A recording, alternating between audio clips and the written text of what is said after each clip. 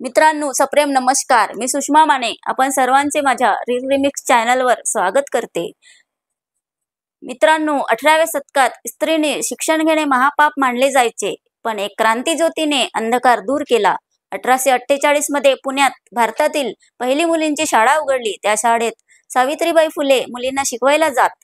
जेव्हा सावित्रीबाई शिकवण्यासाठी शाळेत जायच्या तेव्हा लोक त्यांच्यावर सेन, दगड आणि चिखल फेकायचे, त्यांना हिणवायचे.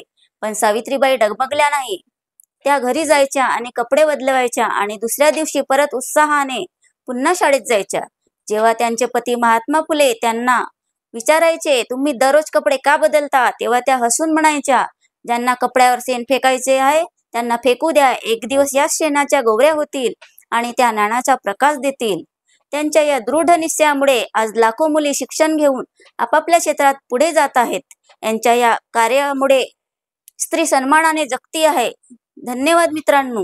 ही गोष्ट तुम्हाला नक्कीच आवडली असेल तर चला मग व्हिडिओला लाईक करा आणि शेअर करा. चॅनलवर नवीन असाल तर सबस्क्राईब करा. धन्यवाद. जय महाराष्ट्र.